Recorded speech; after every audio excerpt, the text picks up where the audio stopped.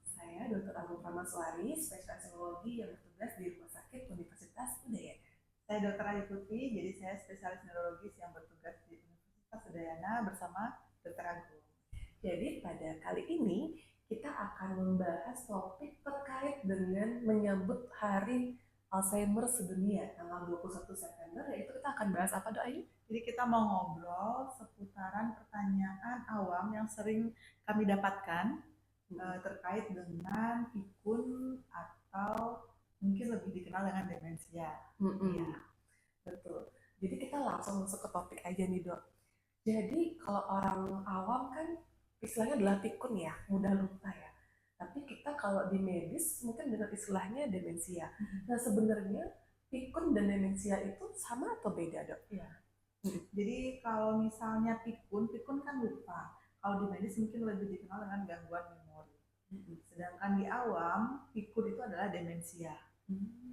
Sebenarnya pasien yang lupa belum tentu demensia. Namun pasien yang demensia biasanya diawali dengan keluhan lupa atau gangguan memori. Sedangkan demensia sendiri kalau per definisi kita ya Dr. Agung merupakan suatu penurunan fungsi otak akibat memang gangguan, jadi ada penurunan fungsi dari kognitifnya. Nah, kalau mengingat dengan tagline hari ini yaitu Hari Demensia Alzheimer. Nah, berarti Alzheimer itu juga demensia, dong? Ya, sebenarnya itu juga pertanyaan sering kalau di masyarakat, Alzheimer itu gitu. Sebenarnya demensia Alzheimer itu adalah satu katanya. Jadi demensia adalah lingkaran besarnya, suatu kondisi menurunnya fungsi otak yang ada pembagiannya. Ada yang demensia Alzheimer karena neurodegeneratif, karena proses penuaan itu sendiri, dan ada demensia vaskular, kemungkinan karena adanya gangguan pembuluh darah di otak. Contohnya seperti mengalami stroke dan beberapa jenis yang lain. Hanya saja di masyarakat mungkin yang paling umum adalah Alzheimer dan vaskular. Ya. Soalnya kan sering banget ya kalau kita lihat di berita-berita artis ini mengalami Alzheimer kayak gitu, atau enggak film-film luar negeri seringnya kita bahas tentang Alzheimer ya. Jadi orang awam sering banget kayak dengar istilah Alzheimer, jadi ternyata dia itu bagian dari demensia ya, Dok? Iya, benar. Nah, kemudian apakah kan tadi lo sudah bahas nih, jadi pikun itu sering terjadi seiring dengan bertambahnya usia. Apakah semua orang yang mengalami pikun seiring dengan usia pasti menjadi demensia, Dok? Ya, jadi mungkin apakah pertama mungkin tidak semua orang tua akan mengalami demensia ya. Jadi kita, saya dan Dr. Agung pun dengan proses penuaan kita akan mengalami masa otak yang awalnya segini menyusut. Namun pada pasien dengan demensia penyusutan itu ekstrim, jadi lebih sangat menyusut. Kemudian demensia juga dapat terjadi pada usia produktif, jadi usia yang lebih muda. Jadi tidak semua orang tua pasti akan mengalami demensia. Nah, kalau usia produktif menyebabkan demensia itu apa aja, Dok, faktor resikonya? Ya, jadi banyak sekali. Jadi demensia berdasarkan penelitian adalah multifaktorial. Yang sampai saat ini diteliti adalah tentunya gaya hidup, entah itu pola makan Anda, kemudian pola aktivitas, termasuk merokok, alkohol. Karena kita ngomongin demensia, tentu faktor resiko dari demensia vaskular juga harus kita cari. Contohnya, apakah ada kemungkinan Anda hipertensi tidak terkontrol atau gula darah yang tinggi tidak diobati, itu juga termasuk ke dalam faktor risiko seseorang mengalami demensia. Soalnya kan angka kejadian tensi tinggi, kolesterol tinggi, kencing manis, kegemukan juga ya, Dok. Itu kan masalah yang sering dialami orang zaman sekarang ya. Iya, benar. Udah nggak setiap mungkin hampir segala kelompok golongan umur juga mengalami kondisi itu. Jadi masuk ke hati-hati. Lifestyle ya. Betul, masuk ke lifestyle. Nah, kalau ada nih, kadang saya dapat pasien, dia masih umur 20-30 tahun nih.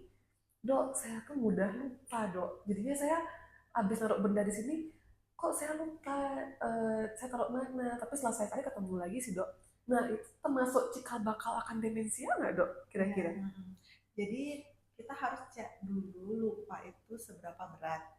Kalau kita di usia muda, termasuk yang usia lanjut juga, kadang sudah matikan kompor belum ya?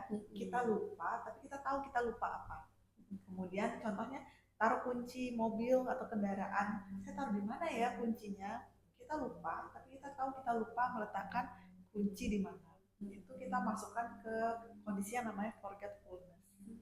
Kalau pada usia muda itu terjadi banyak sekali alasannya. Contohnya, setelah kita selesai, mungkin kita begadang ya. Saat kita begadang, besok paginya penurunan fungsi otak itu mungkin terjadi, tapi dalam tanda kutip. Contohnya susah menghafal, penurunan konsentrasi. Atau misalnya teragung mungkin ibu-ibu sering ya, lagi masak pikirannya udah jemput anak.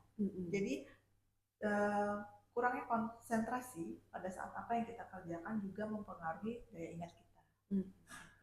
Yang harus diingat di lupa atau gangguan memori pada demensia itu adalah gangguan memori yang progresif. Artinya gangguan memori yang semakin lama semakin memberat hingga mengganggu aktivitas hidup rutin harian atau disertai dengan domain fungsi kognitif yang lain. Jadi mungkin kita sudah tahu ya, domain fungsi kognitif ada fungsi memori atau ingatan, ada fungsi berbahasa, fungsi visual spasial, fungsi atensi juga, dan juga fungsi sosial kita juga masuk di sana, bisa dinilai dari pasien dengan demensia.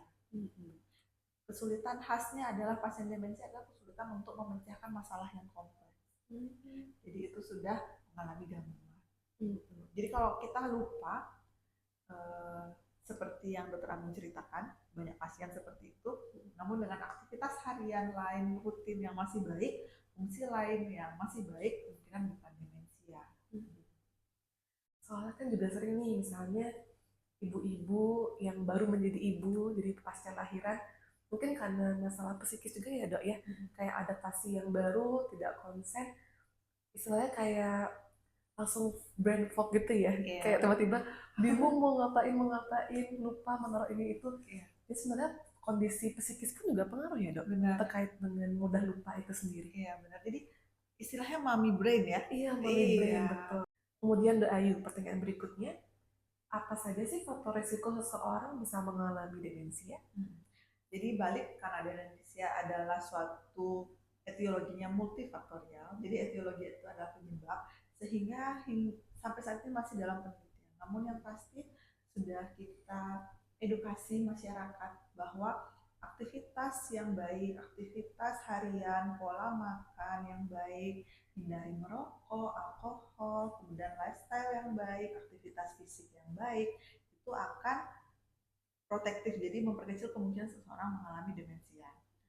Karena demensia juga ada demensia vaskular, kita juga harus mengontrol bila kita memiliki suatu penyakit lain yang dapat menyebabkan gangguan pembuluh darah di otak. Contohnya ada hipertensi ya, diobati kontrol rutin, gula darah diatur dikontrol dalam batas normal, dan juga kondisi-kondisi lainnya yang mengikuti. Kemudian dok, kalau untuk pengobatan, apa yang bisa kita lakukan untuk orang-orang yang mengalami demensia? Apakah bisa diobati dok? Soalnya kan kalau mitosnya nih, demensia itu nggak bisa diobatin, akan begitu aja. Tapi apa sih yang bisa kita lakukan pada pasien-pasien kita? Hingga perkembangan zaman di saat ini dengan penelitian yang sangat banyak, memang kata-kata yang kita pilih adalah demensia, tujuan pengobatannya adalah memperbaiki kualitas hidup. Kualitas hidup dari pasien dan juga caregiver. Jadi caregiver di sini adalah orang terdekat yang merawat pasien demensia, ya, menjadi bisa keluarga atau yang tinggal serumah dengan pasien. Untuk saat ini kita membedakan menjadi farmakologis dan non farmakologis. Kalau misalnya yang non farmakologis, tentunya stimulasi otak, kemudian ada yang bilang transmagnetic stimulation, TMS ya Dokter Agung ya. Kemudian untuk farmakologi, tujuan obat kita satu, mengurangi progresivitasnya, jadi memperlambat progresivitas penyakit demensianya, dan yang kedua adalah mengontrol bila ada perubahan perilaku. Mungkin Dokter Agung punya pengalaman perubahan perilaku pada pasien demensia kan sangat beragam ya.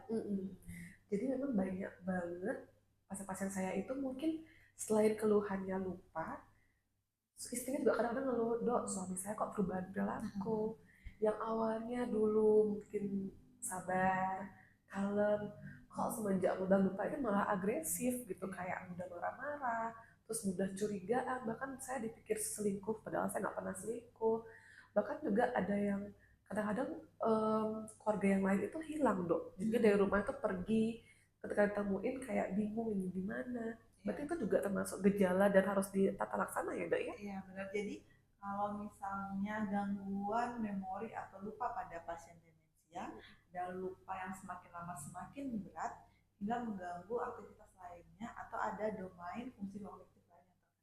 Contohnya tadi itu Dokter Agung, lupa, bapak saya lupa pergi dari rumah hingga tersesat. Itu sudah harus kita bawa untuk diperiksa. Kemudian bapak saya lupa, semakin lama semakin berat. Jadi sehari bisa makan 8 kali karena dia lupa sudah makan. Itu juga sering.